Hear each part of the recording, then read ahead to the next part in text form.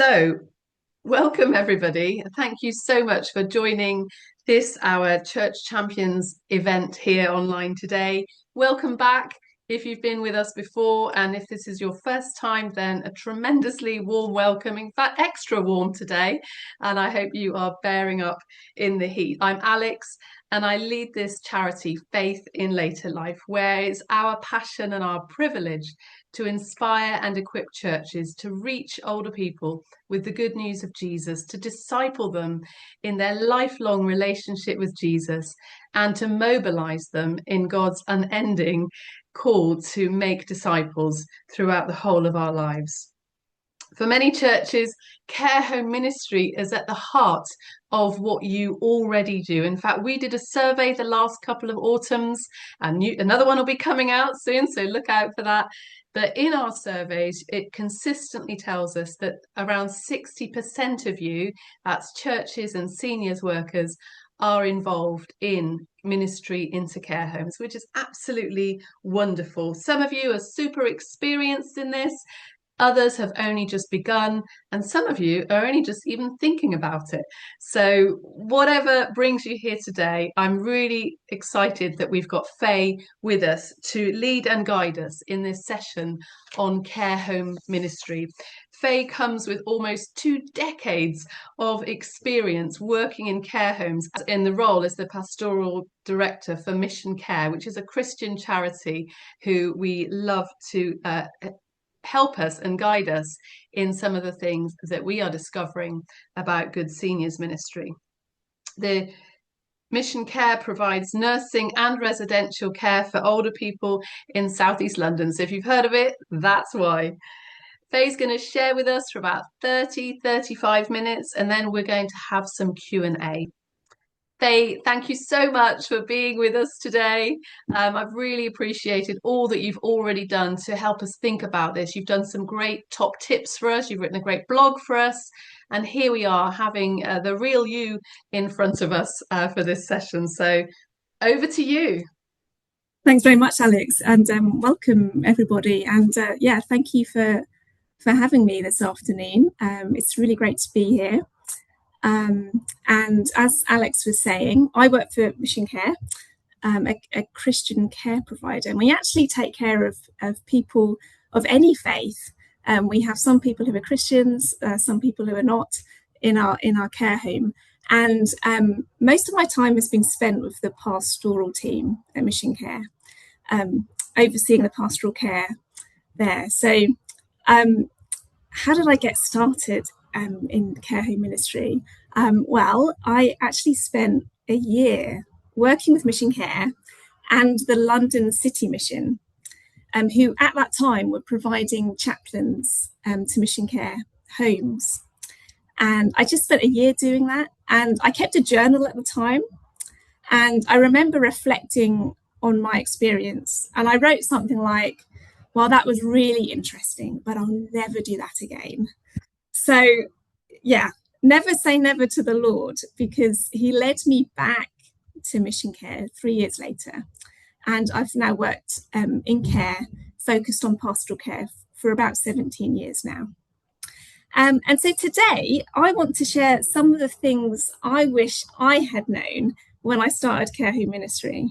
And my hope is that you'll leave with a clearer sense of what care home ministry looks like, how to approach it wisely, and how the gospel speaks beautifully into this setting.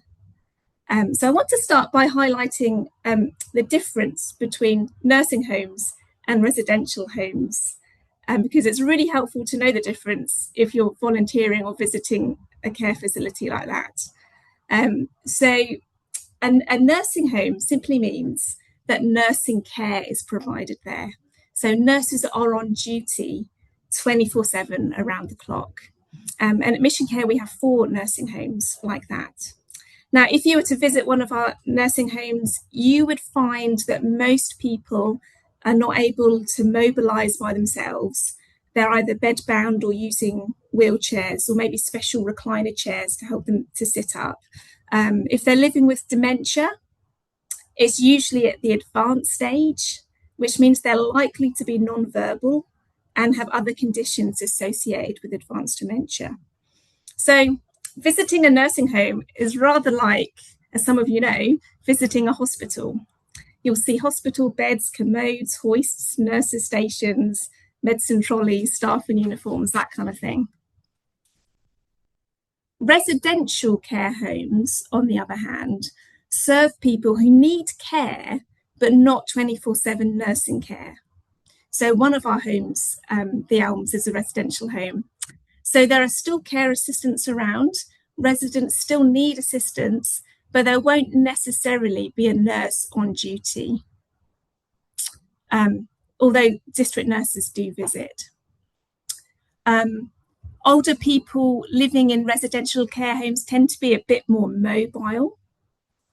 So if they're living with dementia, it's usually at the early or middle stage rather than the advanced stage.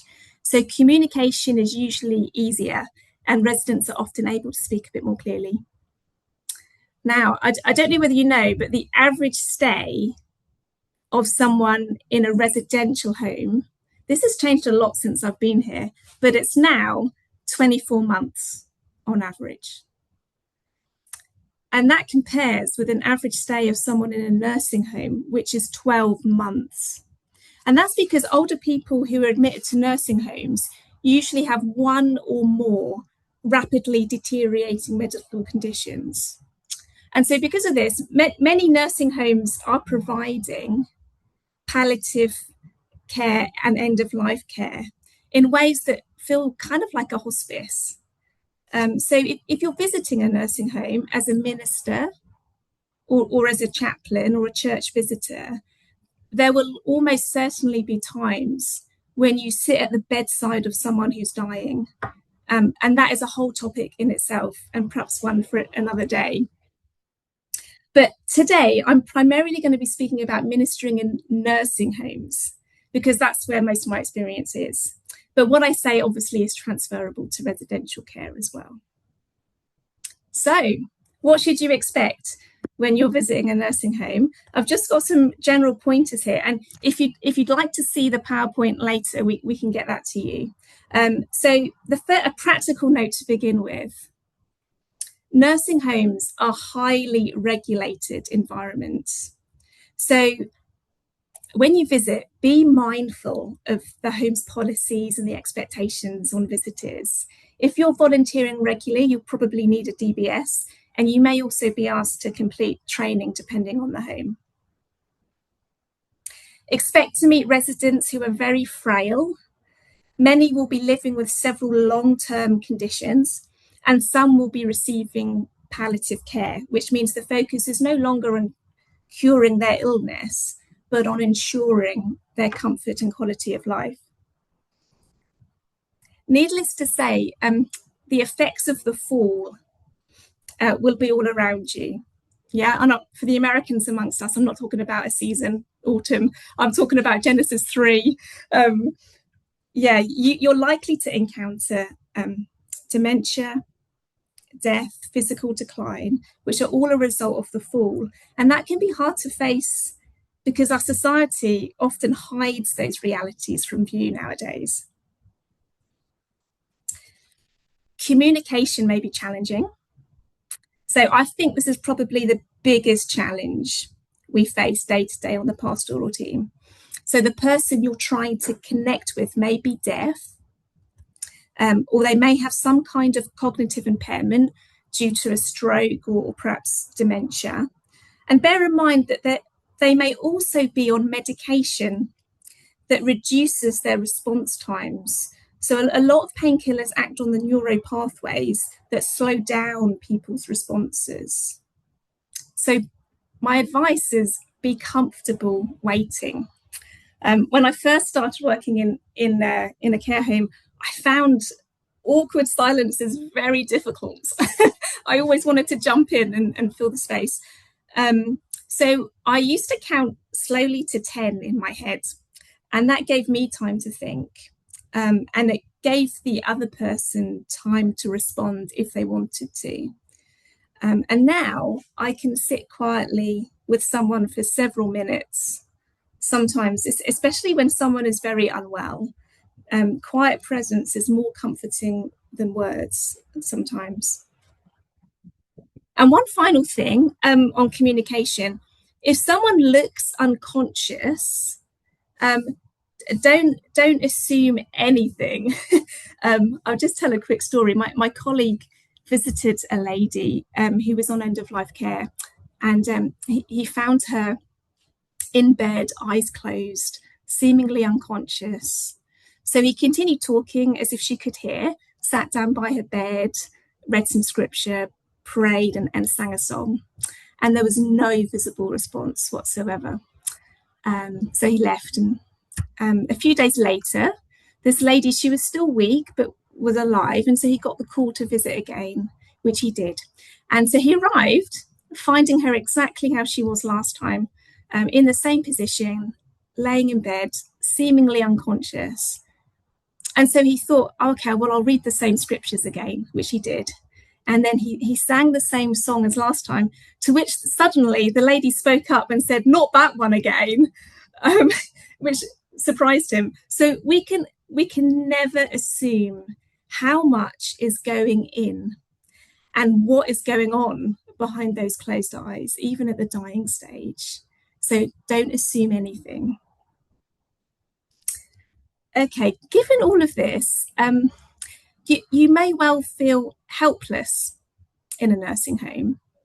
And this is partly because it's very difficult to judge whether a visit has been worthwhile or not. And can I encourage you not to fall into the trap of trying to measure success using human metrics? So, for example, if you're perhaps taking a worship service in a care home, don't be tempted to measure its success on how many people turned up. That's actually not the important thing. You can consider the service to be a success if you've spoken rightly about God in a way that honours him and in a way that's accessible for those who are there. So you may feel helpless. You may also feel out of your depth as you face difficult things like dementia. And I want to reassure you that's okay and normal. In fact, I would go so far as to say it is necessary and a unique design feature in ministry. God has designed it this way. We're meant to feel out of our depth, and we're meant to feel our weaknesses keenly so that we rely on God, who's able to do far more than we can imagine. My next point here is expect to laugh. Nursing homes are full of all kinds of people from all kinds of backgrounds. And from my experience, residents have had a few more years under their belt to perfect their humour. So unexpected and funny things do happen. I remember it, the first year of working in a nursing home, I had someone's teeth land in my lap as I was talking to them, which after the initial shock and the toothless grin, provided much laughter to everyone who witnessed it, including the person whose teeth they were.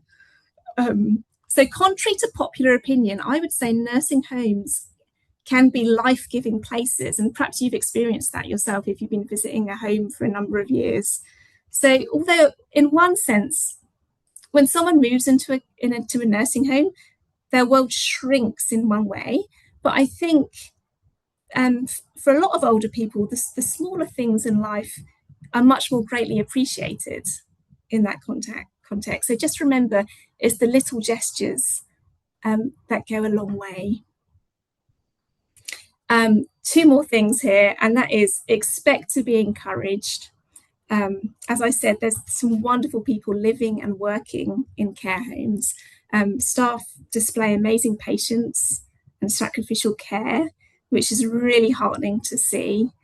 And there are residents whom I visit who are a greater blessing to me than I am to them. There is something very life-giving about talking to someone who can recall God's goodness over such a long time. So we're in privileged positions in care home ministry. So be encouraged. And my last point here is expect to be changed. older people ministry in care homes is formational. I believe it forms a church in ways that youth ministry cannot.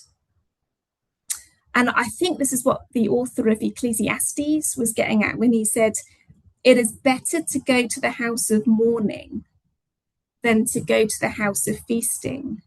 For this is the end of all mankind, and the living will lay it to heart. So working in care home ministry has made me think a lot about my mortality, but that has helped me in my living.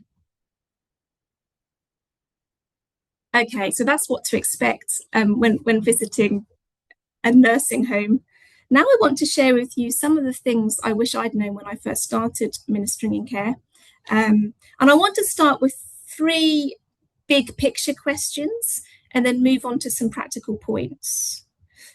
So here are the 3 questions to ask yourself. And this is great to ask yourself if you're already involved in care home ministry, if you're like reflecting on how that's going, or if you're thinking about getting involved. It's good to have these 3 questions bottomed out. So the first one is, why are you there? You know, what is this one big thing that you're aiming for? So what's your purpose? The second one is, what can you do to prepare? So that's a question on preparation.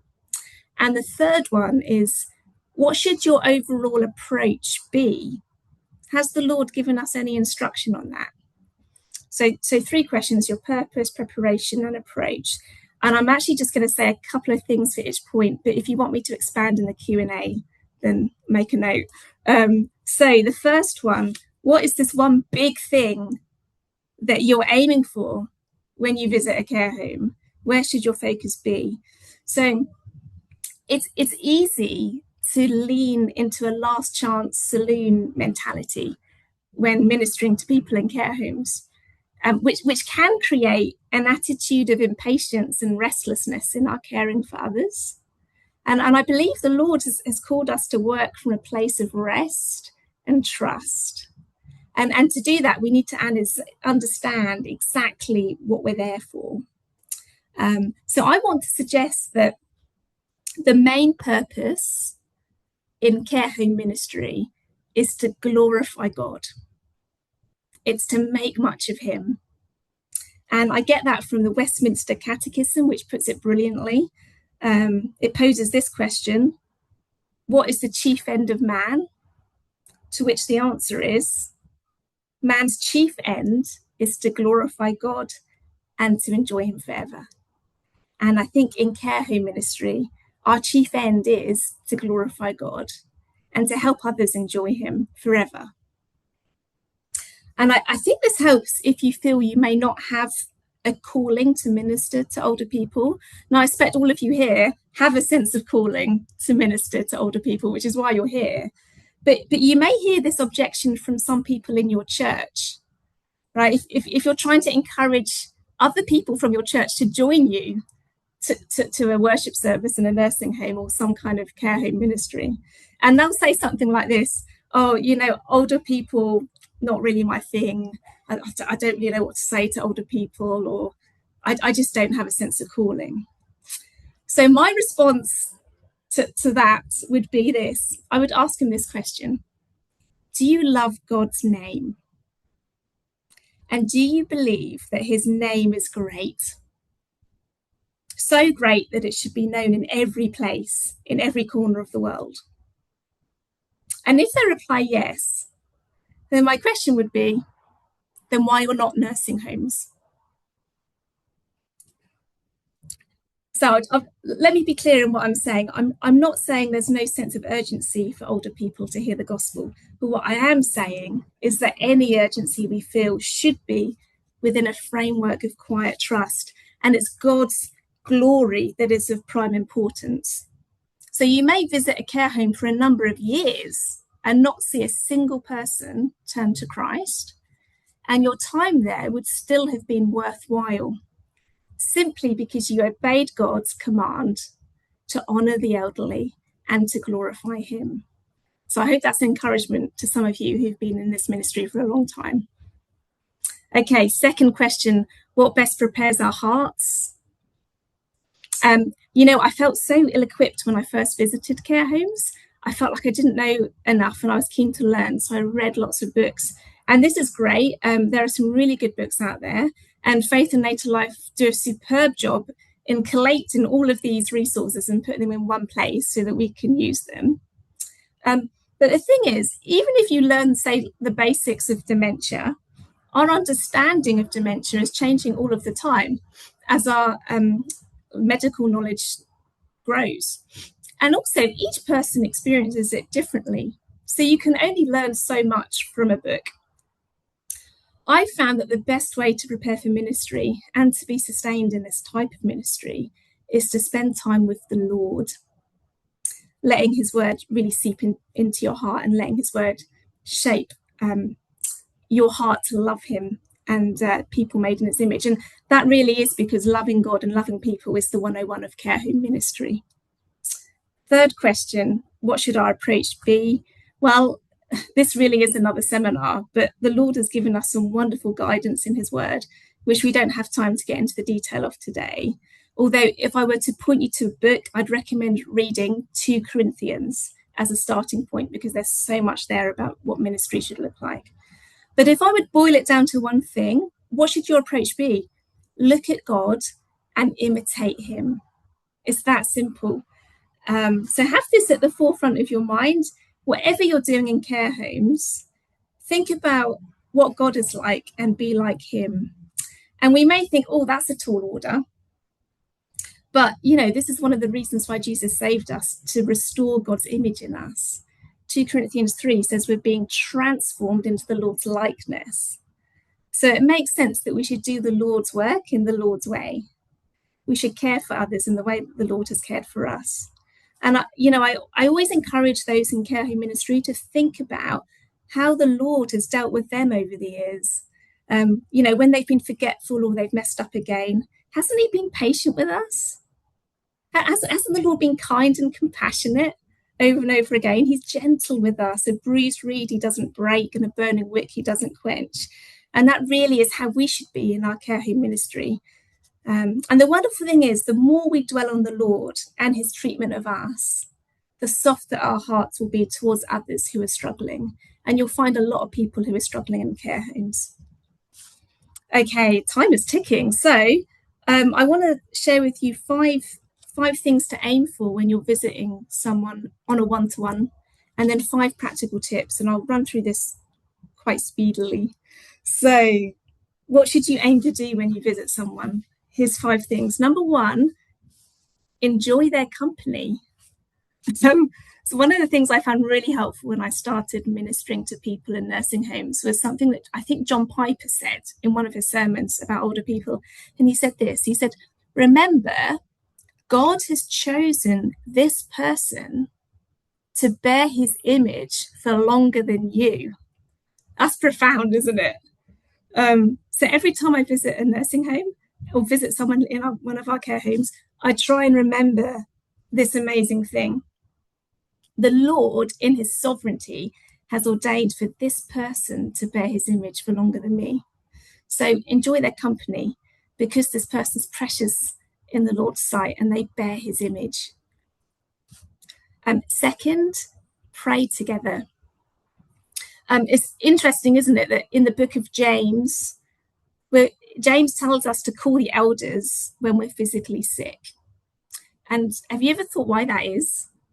I think it's because oftentimes physical sickness hinders our ability to pray. It's a difficult thing to pray when you're afflicted with pain and illness. And so we need someone to intercede for us. So prayer is crucial to care home ministry. Pray for residents and pray with residents. And just a quick side note here, it's interesting that some people with dementia have the ability to read aloud written prayers when they've lost their ability to pray spontaneously. So use written prayers. It's really helpful for some people with dementia. Thirdly, bring comfort. Well, how can we bring comfort to people? Well, again, this is another subject, but one of the key ways of bringing comfort to Christians is by pointing them to the Lord and to his glory. Isn't that how Job is comforted? So when you visit older people, think about how you can point them to God, his goodness, his kindness, his power, which of course is most clearly seen in the face of Jesus Christ. Number 4, be their memory. Go in there and be their memory. Dementia will rob the person of their ability to easily recall God's goodness and wonderful works. And you know what? In a sense, we all suffer from this, don't we? Whether we have dementia or not. So, whoever you're visiting, recall God's great works and remind them of his goodness, and then be glad in the Lord together. Psalm 111 verse 4 has got a lovely promise. It says this, it says, he, that's the Lord, has caused his wondrous works to be remembered. Isn't that great? God helps us remember his wondrous works. The Lord is gracious and merciful. And lastly, the 5th thing to aim for when you're visiting someone one-to-one, and that is to worship together. Jesus seeks to fan smouldering wicks into flames, and so should we. When you're visiting an older person, see if there is a hint of faith and add oxygen to it. Seek to stir people's hearts to believe and to trust God. There is much worshipping to be done in old age. One of my favourite verses that talks about this is Psalm 149. Let the godly exult in glory. Let them sing for joy on their beds. And then Psalm 92 is that famous psalm about God's vision for older people. So those are 5 things to bear in mind when you're visiting people. I just want to touch now on a few tips. And I think I've got 6 here. So number 1, you don't need to talk the whole time. For those who are suffering chronic pain or ill health, they may not have the energy to respond to you or even listen to you. And there are times when it's good just to be quiet and still and spend the time sitting with them. You are actively showing that you care for them by simply being there. So your presence is really important. Secondly, you may be on the receiving end of frustration or aggression. And I just want to say, remember, there's usually a reason behind the behaviour. So we once had a lady in one of our care homes who was really sweet-natured, like really loved people. She had dementia. She wasn't able to communicate much, but she was still able to communicate warmth. And the staff really enjoyed her company. And the visitors to the home knew her well because she used to sit in the foyer and greet people. But there came a point when she became really withdrawn and then quite aggressive. She started to grab people as they walked into the nursing home. And so people started to giving her a wide berth. And it was really sad to see. But then her key worker decided to do a bit of detective work and discovered that she used to work in fashion. That was her job. And so her key worker decided to bring in different types of fabric for the lady to feel every day. And do you know what? Almost overnight, her behaviour changed. And then it dawned on us that the reason she was trying to grab people as they passed by wasn't because she was being aggressive. She was trying to feel the fabric of people's clothes. So there's a reason behind the behaviour. Sometimes we need to do the hard work of thinking, what might that be? Okay, next point. And this is the most important point, I think, one of the most important points. If you forget everything else, that's fine. But this one's really important. And that is emotion matters. Emotion matters. So although the brain and cognitive functioning may be damaged, the ability to feel is not. A person with dementia may not know who you are. They may not be able to verbalize their thoughts anymore, but their ability to still feel is very much intact. So I actually got to know a lady in one of our care homes and she had advanced vascular dementia, so she could no longer speak, and her understanding of speech was beginning to be a bit of a problem for her. But she was still mobile, so she used to pop into my office whilst I was there. And one day I had a particular stressful day at work. So I got to my office, sat down on my desk, and I had my head in my hands. And then there was a noise at the door, and I thought, oh no, I don't have the energy to see anyone. And it was this lady. So I said, yeah, please come in. So she walked in, and do you know what? This lady, living with vascular dementia, she paused, looked at me, walked over to me, kissed me on the forehead, gave me a little pat, and then walked out. And do you know what? That's just what I needed. And it was astonishing that she had the ability to read my emotion when my colleagues without dementia hadn't sensed anything was wrong. So I learned something really important in that moment. People living with dementia or even cognitive impairment because of strokes are still able to sense human emotion. And I also learned the importance of non-verbal expressions of care. Too often we rely on our words, don't we? That's the world we live in. We use words to express ourselves. But in a nursing home, you've got to get good at using non-verbal expressions of care. So these small gestures are just as significant as speaking. And I just thought that was amazing that this lady was still able to communicate care and concern, even with dementia. And clearly, she still needed to receive that herself as well. So bear that in mind. Emotion matters. And I would just say, and I think this is an important aside as well, if you're involved in care home ministry, check in with your own emotions too. Because visiting someone in a care home can be emotionally draining. So learning to lament biblically is a really good thing to do. Okay, here's another little tip. Think creatively about communication. Sounds obvious, but it's really important. The picture I often use to illustrate this is that of a house. So you would normally enter it by opening the front gate, walking down the garden path, knocking on the door. But this time you do all of that, and the front door is boarded up. You can't get in the usual way. Now here you have a choice. You can either turn back and just say, oh, forget it, I can't get in. Or do you step back and think, is there another way in? Is there a window open? Is there a ladder that I can prop up against this house? Should I go around the back? And this is what it's like trying to connect with a lot of people in nursing homes. So can I encourage you, don't give up. If you find that the front door is not being answered, try another way and keep on trying. There will be lucid moments when the person is able to communicate clearly, and we can pray for those moments too.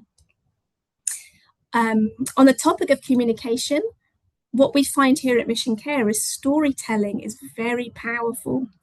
So there's been studies to show that listening to stories activates multiple brain regions, which makes what you're saying more memorable and impactful. And Jesus, of course, was the greatest example of this. So use storytelling, especially in worship services. And that leads on quite nicely to the next point, which is to engage the senses. So play music, especially for those who are non-verbal. We have witnessed people who don't normally speak come alive and start singing a hymn completely coherently. I'm sure you've witnessed that if you've been working in care homes. Can I encourage you as well to play secular music as well? So we found that if we created personal playlists for people, after listening for a little while, people would often then become more lucid and alive, and then were able to hold coherent conversation with us for a little while. And whereas before, their speech would have been confused and muddled. So absolutely play secular music as well as worship music if you're in a care home. And I must plug a film here, and there's a link that I can share with you if you're interested, but it's called Alive Inside.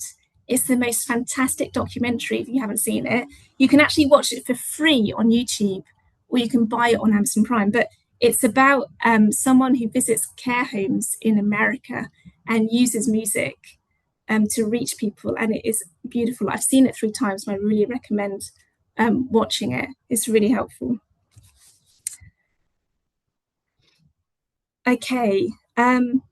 Now, I've used this phrase from Jennifer Butte. You may have heard of Jennifer Butte. She's a Christian lady who herself is living with dementia, and she's done some wonderful resources on how to minister to people with dementia. But she had this phrase, parachute in and float out. Parachute in and float out. And that's super helpful to have in your mind as you visit someone. Sometimes you have to make your entrance known, you're here, but the exit needs to be gentle. And I actually learned this the hard way when I was visiting someone early on. So I once visited a lady in her room. She was fairly communicative and seemed happy to be there. And I thought, great, wonderful visit. I left thinking that was a good visit, only to be called over a few minutes later by the nurse saying, what had I said that upset her so much? Because she'd become very agitated. And I thought, I can't think of anything I've said. And then it dawned on me, as I was saying goodbye, what did I do? I glanced at my watch. That's all I did. And then said goodbye. And that is what had stayed with her, this feeling of being late for something, and had left her agitated. So be really careful about how you exit a one-to-one conversation with someone. Okay, so that's one-to-one visits. Worship services. If you're doing that in a care home, here's some advice. Be clear about your purpose. So remember, you're there to help people worship God, be it Christians or people who are not yet Christians. So prepare yourself by getting your heart glad in God before you even begin leading the service. It's really important. And then once you've prepared yourself, prepare the people who attend. You know, people are not always ready to partake in a worship service. They might have come straight from breakfast, or, you know, they've got their mind on different things. So what we often do is play music beforehand whilst people are arriving, and it really sets the tone for the service, and it indicates to people. It's really helpful if they've got a cognitive impairment. They're like, oh, something different's happening. I can hear music playing. And we choose things that are usually quite calm and reflective to help prepare people's hearts for worship. And then a lot of it is just going in happily and confidently, because if you're nervous or uncertain, people will sense that and they'll pick up on that immediately. So be happy in your own skin, and be glad in the Lord, because that will be a great witness. And sometimes that is what stays with people more than what you said. I would also say take your time. So slow your pace down. Don't rush.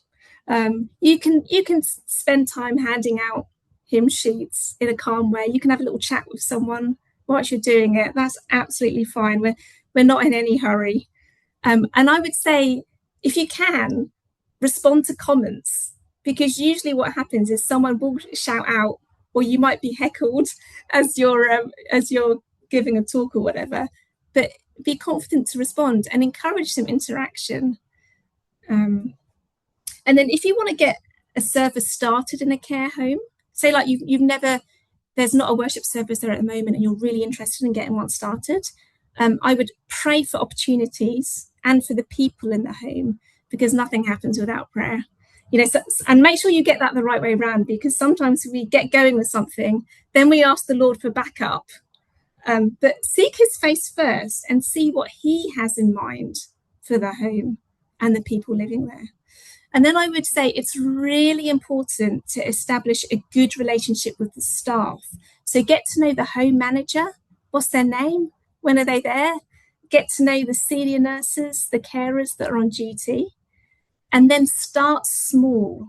So I would actually say don't go straight into leading a service. If possible, spend time getting to know the residents And then you're able to shape the surface to meet their needs and abilities. And that will be a lot more effective than if you go in cold.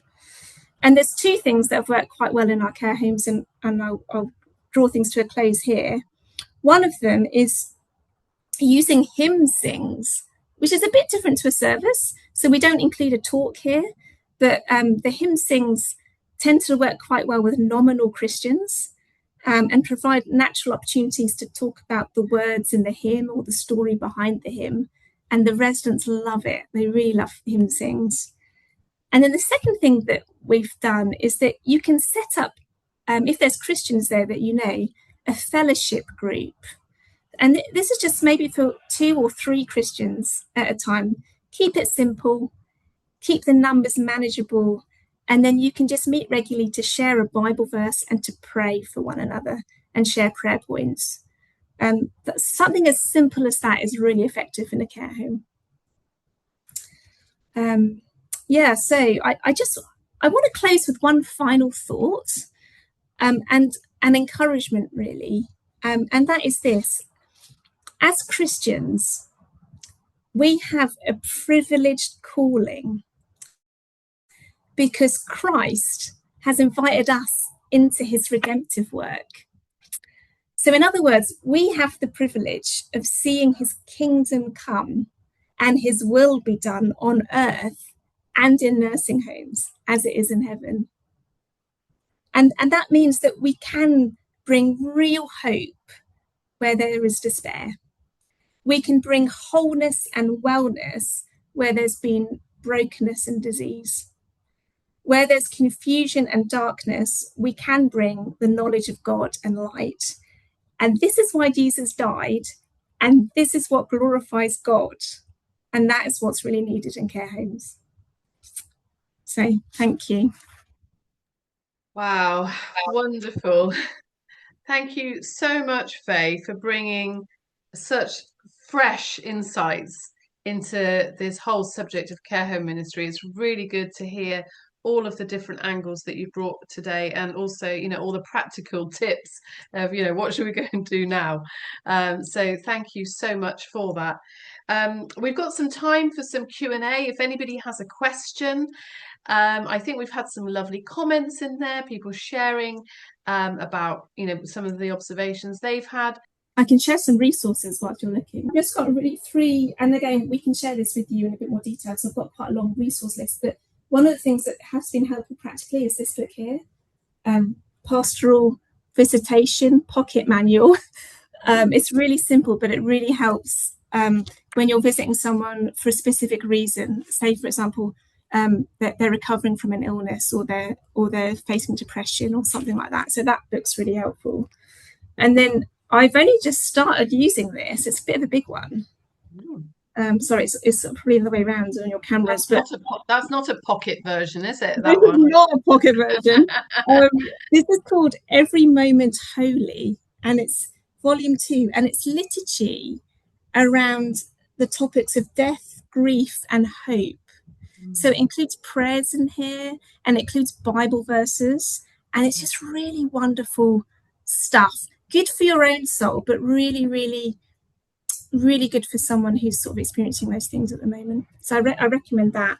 And then one last one, and this is by Johnny Erickson Tarder. She's put together this wonderful book, and it's Songs of Suffering, 25 hymns and devotions for weary souls. So she includes the music in here, as well as commentary and something you can share with people. Now, we've had in a care home, we had to simplify what was said, but it gets you started. So that there's some really wonderful hymns for weary souls. Recommend that book. That's really helpful. Thank you, Faye. And yes, we'll be sharing the list of resources in our follow-up email tomorrow. Sue? We've had a couple of requests for the text from Ecclesiastes that you quoted earlier. Can we have the reference, please? Yes. It's from Ecclesiastes chapter 7, verse 2. Thank you. I've got somebody else saying, do you have any tips for a situation with everyone in one room? How many people are in this one room? They haven't said. Let's Gaynor, just can call it you a update lounge that? pool. I think one of the things I noticed on your notes is you suggested people sit in a circle, not in rows. Tell Yeah. us more about that and what you do with that room full of people. Yeah. It So says all the care home, yeah. yeah, wow. It often happens in care homes, doesn't it? Everyone gets kind of pushed into a lounge, which does make it tricky. So for a worship service, depends what you're doing. For a worship service, we found that it's not that helpful putting people in rows because they feel Mm, a bit trapped. So what we tend to do is put people in like a semicircles, and mm, that means the person who's taking the worship service can go and talk and interact with people. But we actually also are quite careful about how many people come to the service. So we actually have a cap on numbers, and that's to keep it manageable. So we would rather take a worship service with 10 people there and then repeat it again for another 10 because the interaction is better. Now, that's mm. quite hard to do. We can do that in our care homes because we're here 24/7. We know the staff really well. And I appreciate that if you're visiting a home, you're probably just landed with a room full of people. I guess the things that help with a bit of like crowd management Mm, is music. Music's very powerful because it sometimes calms people who may be a bit shouty. And mm, then if you can speak to the staff beforehand and say, is there anyone who's a bit agitated today? And just say, could you keep an eye on them? Could they sit near the back? And just ask the staff to, well, help them to start thinking about what's helpful for you. It really is working with the staff to create an environment that's really helpful. yeah, So yeah, thanks. Also added with the TV on in the background. turn the Now TV off. I think I know where this is coming from. It's one of Oh the yeah. conversations we've had on our WhatsApp group in the Mm, past is actually the situation that many churches who do go into care homes and nursing homes have to deal with. And I'll just give a whole mixture of things, possibly unhelpful staff having the TV on, staff not bringing people to the lounge in time, and all of those sorts of things. So would you comment on that, please? Thank you. yeah. So I guess one of the things that might be quite helpful is if you get to know the senior nurse on duty or the carer, or the home manager, what you can do before your worship service or whatever you're doing, email them beforehand and say, we're really looking forward to coming. Here are the people that we think might benefit if you know some of the names of residents, and ask the home manager to get their staff ready for that event. If you have problems, you can go and speak to home management and say, it was really difficult today and say why, and try and resolve it with home management. Mm. That's if you've got a good relationship with the home manager. Um, there was something else I was going to say, and it's completely flown out of my mind. It's not a good Don't sign. worry. Um, yeah, so get ready beforehand. Oh, it's gone. Don't What's worry. Can I can I Don't give worry. you a different question that I think is yeah, quite important instead? It says, what do you personally do when a resident you're really close to has died? Any tips for looking after yourself afterwards? yeah, that's a really good question. Yeah, and it's happened a lot actually, just working in care. So give yourself time to process. I made this mistake at the start of working in care homes. I just got on with the next person, because life is busy. Actually, set aside some time and learn how to lament biblically. So I don't think we're very good at doing this in churches because often we go to church, it's all about praising the Lord, and that's wonderful. But there's some really great psalms of lament that really help heal your heart when you've lost someone who was dear to you. So I would recommend that. There's some really good helpful resources on lament, which I can share afterwards with Alex that people might want to use. Yeah. Just give yourself space and time to process. Mm, And also, if you've got a support group that you mm, can meet up with, that's really helpful, especially if you're working alone in a care home. So someone who can pray for you, someone you can share grief with. It's good to mm. recognize the grief and then um, deal with it with the Lord. Yeah, you're going to feel grief, and that's normal and absolutely okay. Yeah. Thank you, Faye. We've got time for two more questions that we've got here. So one person has asked, what can you do when a resident has been asking over and over again to go to the toilet? The carer kept saying you've only just been, but then they needed to get a hoist in the middle of the meeting, and it was far more disturbing than if they'd taken her to start with. So Yeah, I guess so. this is, I guess, when you as a visitor, as the team there, think that somebody's not being cared for as well as they should be, whatever that might look like. What would you say about that? Is it talking with the care home manager afterwards? What can you do? Yeah, it's really difficult when that's happening in the moment. And so you're in the middle of a worship service, and obviously it depends whether someone's in a wheelchair. If they're in a wheelchair, they can get pulled out, and then personal care can happen there. But if they're already sitting down, it's tricky, isn't it? So yeah, it's speaking to the staff afterwards and trying to have a conversation with them where you're helping them to see like how difficult that was. So speak to them. But if you're not getting any joy with the care staff, then go and speak to home management about it. But do it from a place of we understand this is difficult. We understand this lady might be calling out all the time. Do you have any advice for me? How should I respond in that situation? You know, and just check in. I mean, the carer should know the person well enough. You know, is this a genuine request for I do need to go to the toilet, or is it something that's a reoccurring thing that it might be behavior that's being triggered by something. So it's just getting to know that person and then knowing how to respond to them well. But it all comes down to communicating with the staff if possible. Thank you, Faye. And then we've got a question which I think applies whether you're doing care home ministry or ministry in church, where or whether you've got neighbours or family members. Any tips for dealing with deaf people? It can feel quite aggressive when you have to almost shout to be heard. Yeah, this is tough. So my big recommendation is don't increase your volume, change your pitch.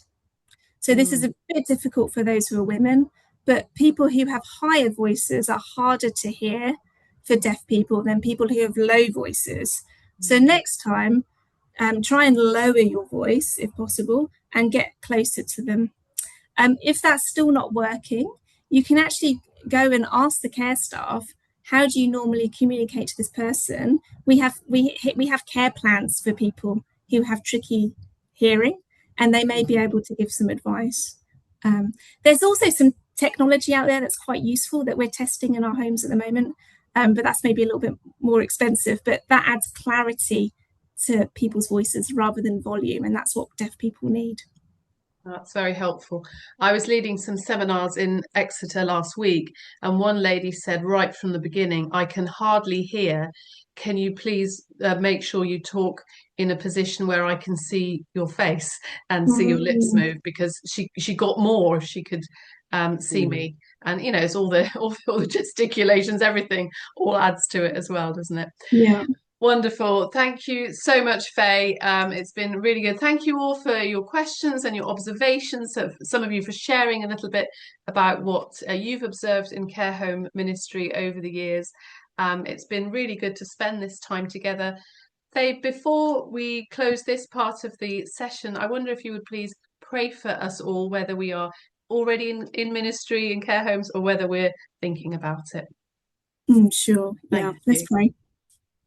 Our Lord Jesus, we praise you and thank you for all that you've done to push back the dominion of sin in our lives. And we thank you for welcoming us into this redemptive work that you're involved in. I pray for each one of us here, Lord. I pray that you would encourage our hearts and that you would help us to know how to walk in your ways as we seek to minister to people in care homes. Lord, I thank you for each person here who's got a heart for serving older people, and we pray that your lovely name would be made known in care homes. And we pray, Lord, that you will help us to glorify you in the way that we go about this. Please give us wisdom for these tough situations that we find ourselves in, and help us do all to your glory. We ask this in your lovely name. Amen. Amen. Thank you, Faye.